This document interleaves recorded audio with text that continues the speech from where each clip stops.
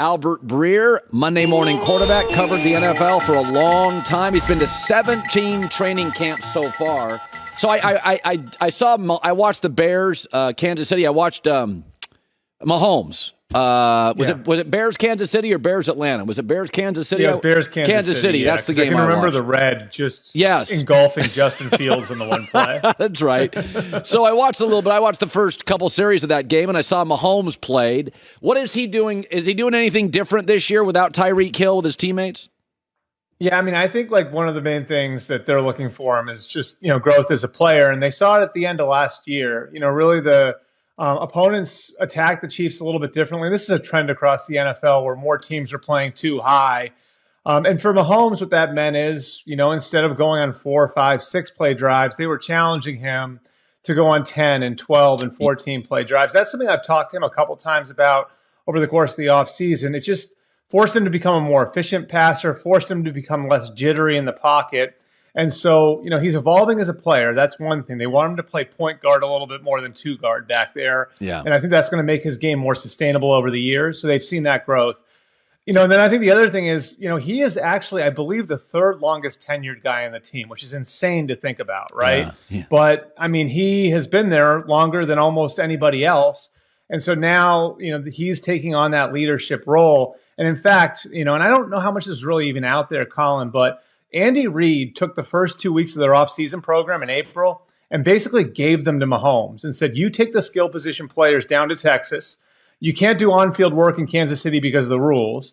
You guys can go ahead and get your work in down there and then report for the third week of the offseason program. So that's what he did. And he was essentially teaching Marquez Valdez-Scantling, Juju Smith-Schuster, all the new guys in the offense, the scheme, so they could hit the ground running when they got back to Kansas City. And to be able to do that, you have to know the offense really well, inside and out, well enough to teach it. And so I think in those ways, they've seen a lot of growth from Patrick over the course of the last, really year, but in particular over the last 4 or 5 months, taking what he learned in 2021 and now applying it to 2022. So Russell Wilson has got Nathaniel Hackett. Again, it's preseason. I barely remember the Bears played the Chiefs. But what do we make of that relationship and where Denver's going? Well, they're being creative. There's no question. I mean, when I was there last week, I think there's definitely some ownership of that team now with Wilson. You can see it with the orbit of people that surround him. You can see it with people in the building that had been working for Wilson previously. So, this has sort of become Russell Wilson Inc. And I think in a lot of ways, everything that we've heard of from Russell Wilson about wanting the team to be a certain way, right? Wanting the organization to run a certain, wanting an offense to kind of set up a certain way around him. He's going to get that now. Like, that's what this is going to be. And he's wanted to play like Tom Brady or Peyton Manning and have that sort of control forever. Now we're going to get to see if he can do it. And I think one of the most interesting things in talking to people there was sort of the parallel to Peyton Manning in 2012. And if you remember, Demaryius Thomas and Eric Decker, they weren't really Demaryius Thomas and Eric Decker before Peyton Manning got there, right? So like now the idea is that Russell Wilson can do the same thing for Jerry Jeudy, for Cortland Sutton, for KJ Hamler. Obviously, Tim Patrick's hurt now. So that's going to be fascinating to see whether or not he can pull it off, because I think Russell Wilson for a long time has thought, like, I can be that sort of player. Sure. Now I'll get to see if he is or not. I know Brandon Staley's smart, but he hasn't been around football a long time, and I don't know if he's a great coach. Justin Herbert was the best quarterback to not make the playoffs. And that was in a division where Denver wasn't nearly as good as they are now with Russell Wilson. So what's the identity? Last year, the identity was go for it on fourth, Brandon Staley. What you were at camp. What do you make of it? Yeah, one thing is you can see he's putting a stamp on the roster a little bit more. And that wasn't a roster that needed a ton of work, but they've subtly rebuilt certain pieces of the roster. And I think the biggest place where you see it, Colin, is in the size. Like, there are just big people there. And that's always stuck out with guys like Derwin James and Mike Williams and Keenan Allen. Like, they've always had that on the perimeter. But now you're seeing them getting bigger up front. And, when I talked to Brandon about this and the way his team's put together, one of the things he said was our offensive line wasn't very good when I got here. And our defensive front was fine, but it wasn't built the way that, I've traditionally been around in the past, the way that defenses, in that Vic Fangio scheme are traditionally built. And so, he knew coming in, it was going to be a 2-3 year process to get the roster where he wanted it to be. He really believes that's where the game is won and lost. And so, you see what they've done. Rashawn Slater, the first round pick a year ago, was great. Corey Linsley came in from the Packers. They drafted Zion Johnson this year. And now on defense, they bring in Khalil Mack, Austin Johnson, Sebastian Joseph Day. And so you can kind of see it now. It's a bigger football team. And Brandon Staley thinks that that's going to make them better in December and January when it really matters, and where I think you saw the Chargers fade a little bit last year. 17 penalties for the Cowboys, 11 on offense. So the league average in preseason is 6.5, and they had almost double that on offense. When I look at Dallas, and I'm not a big McCarthy fan, and it's easy to pound on him a little bit, but,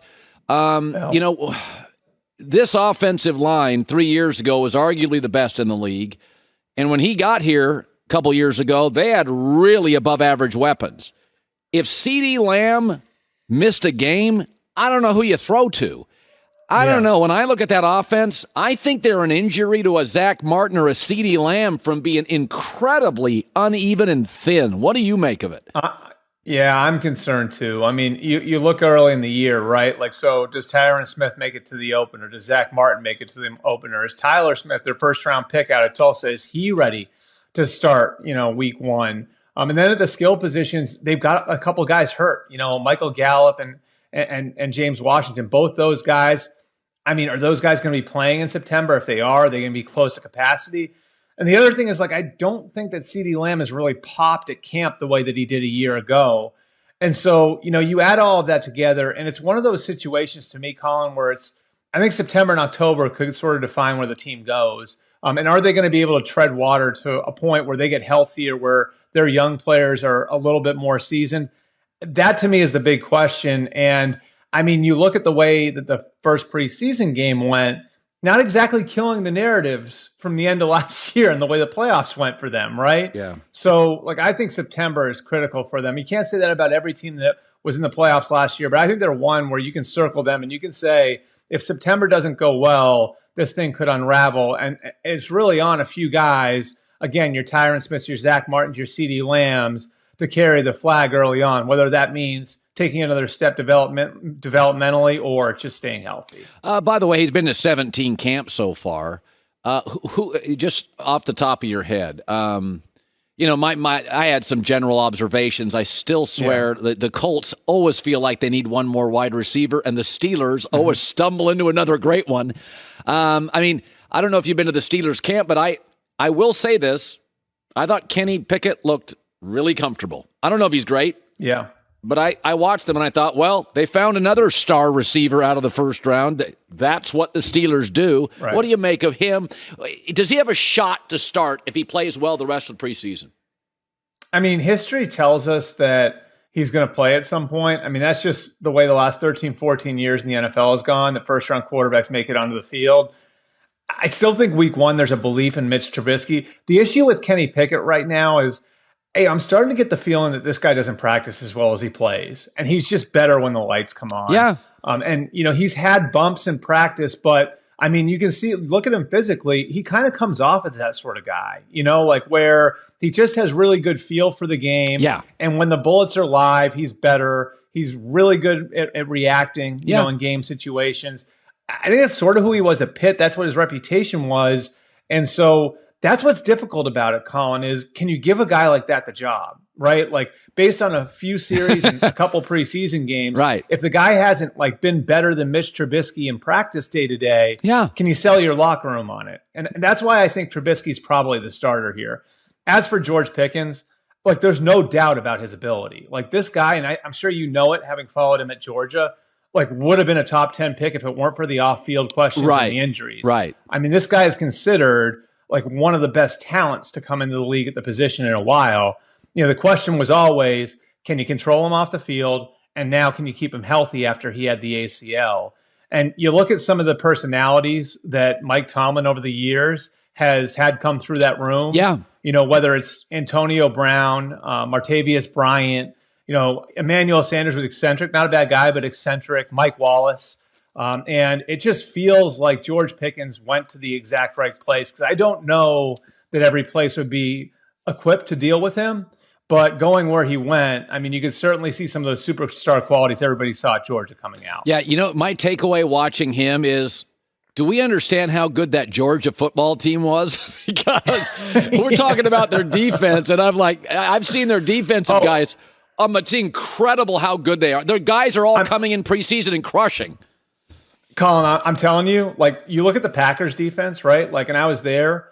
That looks like it could be the best defense in the league, right? Like, looks like an incredible defense. Like, and they know it. Like, Rashawn Gary's one name to definitely keep an eye on, maybe a dark horse defensive player of the year candidate. But then you look at who's starting on that defense.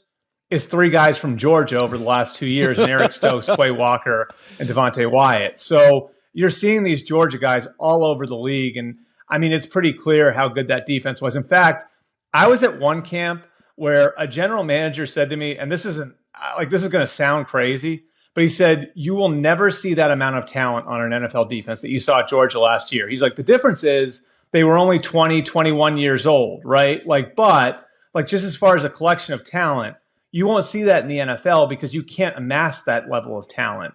Now, obviously an NFL defense is going to be better because those guys are older and more mature, but that gives you an idea of the way that the NFL saw that defense. And by the way, like, the best player on that defense, the best prospect on that defense might still be in school. It's a guy named Jalen Carter who could wind up being the number 1 overall pick next year.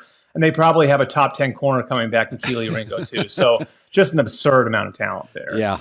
And maybe the receiver on that team is the one that pops. So it's just insane. Great seeing you as always, Albert Breer. Thanks, man. All right. Thanks, Colin. Hi, everybody. Thanks for watching. Subscribe here to get the latest from the show. Also, be sure to check out more of the best clips from The Herd or go watch a few segments from other shows on FS1.